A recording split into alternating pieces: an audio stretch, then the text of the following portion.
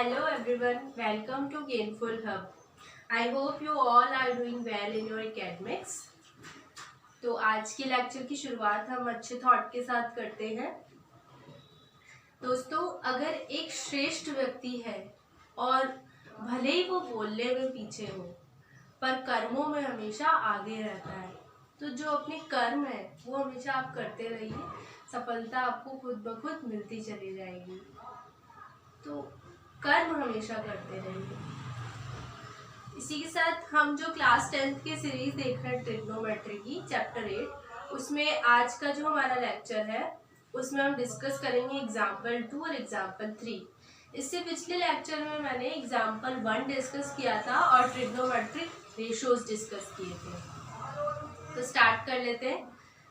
Example 2 जो बोल रहा है वो हमसे बोल रहा है कि आपको दो ट्राइंगल्स दे रखे हैं, एंगल बी और एंगल क्यू है उसमें। तो इन दोनों ट्राइंगल्स में जो एंगल बी और एंगल क्यू है वो कैसे हैं?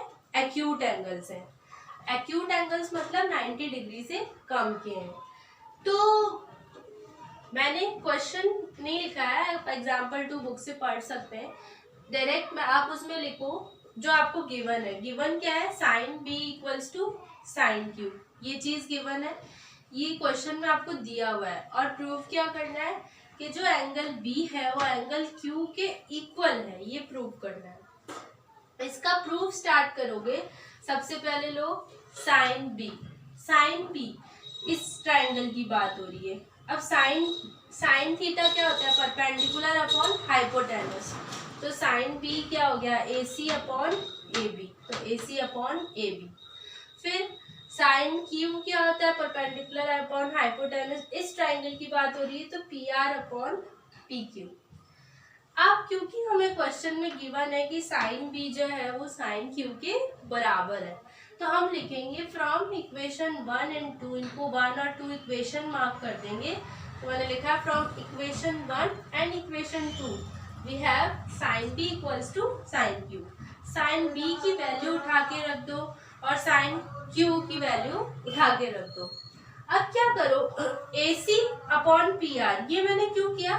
मैंने सेम कर लिया, मतलब परपेंडिकुलर 1 परपेंडिकुलर 2, पहले ट्राइंगल की परपेंडिकुलर दूसरे की परपेंडिकुलर। कुछ नहीं किया है, इसको यहाँ पर लेके आए, क्रॉस मल्टीप्लाई कर दिया, ये यहाँ पर आ गया और ये जो AB है ये यहाँ चला गया। ठीक है, तो ये AB अपॉन PQ हो गया, AC अपॉन PR हो गया। अब इस पूरे रेशो को, इन दोनों को हमने माना क्योंकि ये दोनों इक्वल है, तो चाहे इसको K लिखो चाहे इसको K लिखो, एक ही बात है। तो मैंने K लेट किया है, let it be equals to K। Now अगर पूछा जाए कि AB क्या है K की टर्म्स में, तो इसको तो हटा दो, AB is equals to K into PQ, ये PQ इसके साथ मल्टीप्लाई हो जाएगा, और AC equals to K into PR, तो K इंटू PR। तो ये हमने मार्क की इक्वेशन 3 और equation 4। Now comes Pythagoras theorem. तो पाइथागोरस थ्योरम हमसे कहती है अगर आप इस ट्राइंगल पे लगाओ तो क्या होगी? AB स्क्वायर, ये कैसे आया? AB square is equals to BC square plus AC square. अब यहाँ पर देखो BC चाहिए तो BC को इधर रख लो, AC को इधर भेज दो, तो क्या हो जाएगा? ये AB square minus AC square is equals to BC square. और ये जो स्क्वायर है ये जब हटेगा तो ये क्या बन जाएगा? इसके ऊपर रूट। तो वही मैंने लिखा है, इस तरीके से ये इक्वेशन आई है। और इसी तरीके से इस ट्राइंगल के लिए भी आप लोग खुद करके देखना, नहीं आए तो आप अपनी क्वेरी को कमेंट बॉक्स में डाल सकते हैं। अब इसके आगे हम चलते हैं, इतना आप लोग नोट कर लीजिए।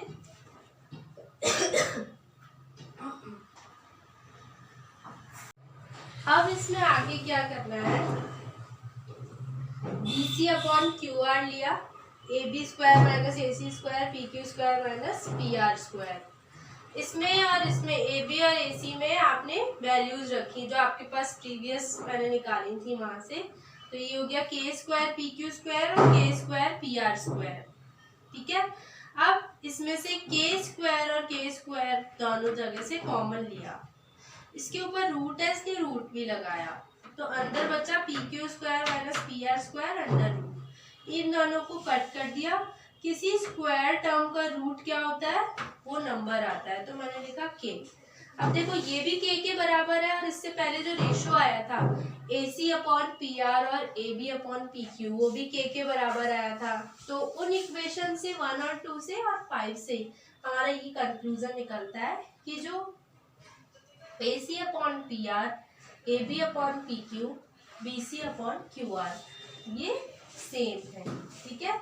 और जो ट्राइंगल है आपका A B C, in triangle A B C and triangle P Q R, triangle A B C और पी क्यू आर में क्या हो गया, थ्योरम लगाएंगे हम कि जब किसी ट्राइंगल की तीनों साइड्स का रेशो इक्वल होता है, तो जो आपकी एंगल्स होते हैं, है ना, वो भी इक्वल होते हैं। तो यहाँ थ्योरम जो यूज होगी वो एक्चुअली में आप लोगों ने अभी ट्राइंगल्स चैप्टर नहीं पढ़ा है, जब आप ट्राइंगल्स चैप्टर पढ़ेंगे तो वो थ्योरम यहाँ पर लगेगी। तो मैं उसका स्टेटमेंट आपको तो आपका जो थ्योरम है उसको मैं रीड आउट कर रही हूँ।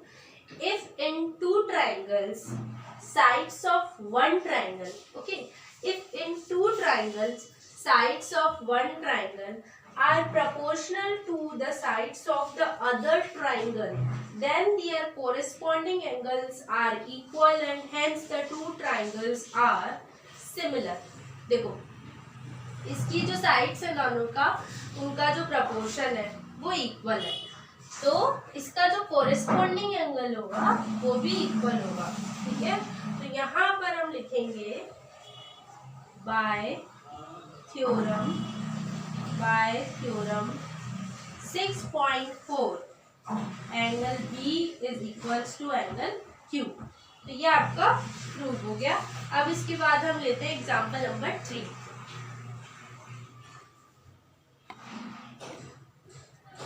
अब हमारे पास है एग्जाम्पल 3, जिसमें आपको एक ट्राइंगल दे रखा है ए बी सी, और आपको ए बी दे रखा है, बी सी दे रखा है।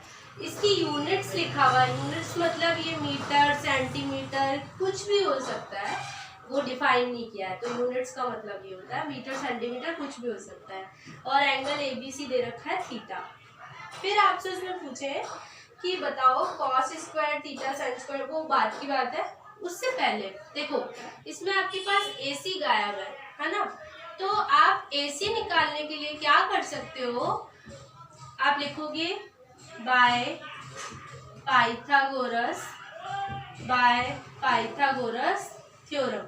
तो पाइथागोरस थ्योरम अगर यहाँ लगाई तो मैंने लिखा AB square is equals to AC square plus BC square. जो मेरे पास क्या गायब है, AC गायब है, तो मैं लिखूंगी AB square is minus BC square under root is equals to AC आ जाएगा। अब AB स्क्वायर की वैल्यू कितनी है, AB स्क्वायर की वैल्यू है 29 का स्क्वायर, और BC कितना है 21 का स्क्वायर रूट में। ठीक है। अब हम जानते हैं A square minus B square क्या होता है, A प्लस B। ये शॉर्ट तरीका है इसको सॉल्व करने का। एक तरीका ये भी कहता है कि आप इसकी स्क्वायर निकालो और फिर सॉल्व करो, उससे आपका टाइम लगेगा, टाइम आपको बचाना है। टाइम आप किसी क्वेश्चन में कैसे कैसे बचा सकते हो वो आप पर डिपेंड करता है, तो वो मैं बता रही हूँ। सो 9 + 1 is 10, 20 20 40, it is 50 into 9 - 1 it's 8। Okay, now AC further क्या हो जाएगा, 8 5 जा 40, एक 0 है ही हमारे पास, तो ये आ जाएगा root 400 is equals to AC।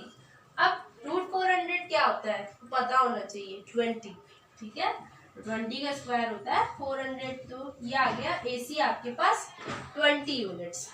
तो इसको आप लोग नोट कर लीजिए, उसके बाद हम आगे करते हैं।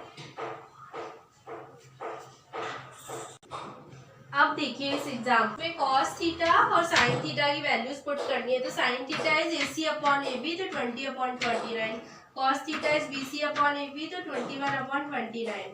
cos square theta sin square theta दोनों का स्क्वायर करना है, तो मैंने इसका स्क्वायर किया और इस टर्म का स्क्वायर किया। 21 का स्क्वायर होता है 441, 20 का स्क्वायर होता है 400 और 29 का स्क्वायर होता है 841। तो आपको कम से कम 30 तक स्क्वायर्स याद होने चाहिए। वैसे नहीं है तो 25 तक याद कर लीजिए, बाकी आप मल्टीप्लाई कर लेना। फिर 841 अपॉन 841 इज 1। तो ये हो गया इसका आंसर। सेकेंड पार्ट जो है वो हमारा कह रहा है cos square theta minus sine square theta. तो माइनस करना है, यहाँ पर सेम चीजें है, बस यहाँ माइनस होगा तो 41 अपॉन 841। आप लोग उसको नोट कर लीजिए या फिर इसका स्क्रीनशॉट भी ले सकते हैं। तो आज के लेक्चर में इतना ही। हमने आज एग्जाम्पल 2 और एग्जाम्पल 3 देखा। नेक्स्ट लेक्चर में एग्जाम्पल 4 और एग्जाम्पल 5 लेंगे। और आप लोग एक्सरसाइज के क्वेश्चंस में पिछले लेक्चर में मैंने बताया था कुछ क्वेश्चंस ट्राई करने को, बाकी क्वेश्चंस तो हम करेंगे, मैं करवाऊंगी। तो thank you for watching my video. Please like, share and subscribe my channel and don't forget to press the bell icon. Thank you so much.